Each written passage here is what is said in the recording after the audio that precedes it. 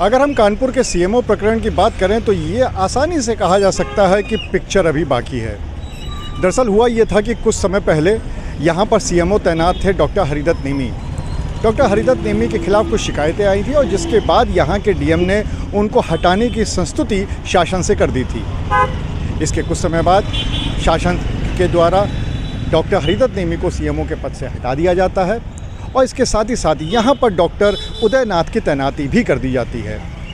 इस आदेश के खिलाफ डॉक्टर हरिदत्त नेमी चले जाते हैं हाई कोर्ट और हाई कोर्ट से स्टे ऑर्डर ले आते हैं और एक समय तो ये हालत हो गई थी कि कानपुर में एक ही दिन पर 2-2 सीएमओ यहाँ पर मौजूद थे। ये है सीक्रेट रेसिपी MDH का जीरा सिप जल जीरा मसाला।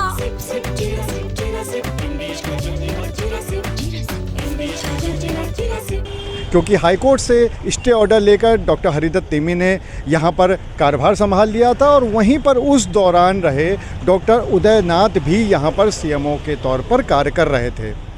हालांकि इस पूरे प्रकरण में यहाँ पर 24 घंटे पूरा एक ड्रामा चला था और उस ड्रामे के बाद यहाँ पर डॉक्टर हरिदत्त नेमी को ये कह के भेज दिया गया था कि आप शासन से आदेश लेके आइए।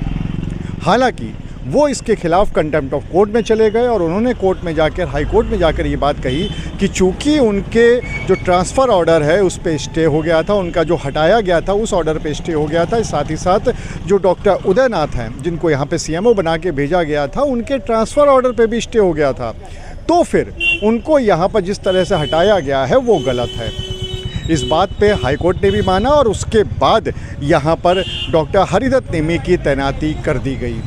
वो इस समय भी मौजूदा तौर पे यहाँ पर सीएमओ हैं और सबसे बड़ी बात उन्होंने एक केस फाइल किया यहाँ पर अपनी विभागीय जांच के खिलाफ,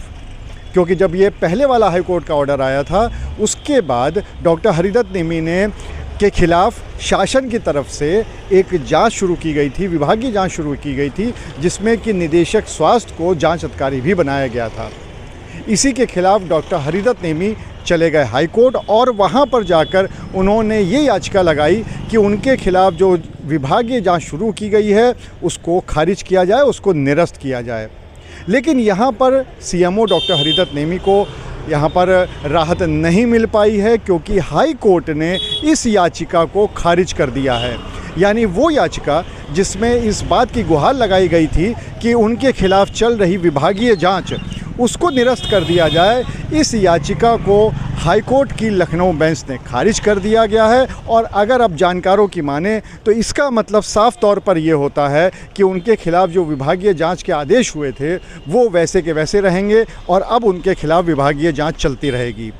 अगर हम उस पत्र की बात करें जिसमें कि विभागीय जांच की बात की गई थी तो उस जांच में ये कहा गया था, उस पत्र में ये कहा गया था कि ये पूरी जांच 1 महीने के अंदर पूरी करनी है और उसके बाद उसकी आख्या रिपोर्ट सरकार को सौंपी जाएगी।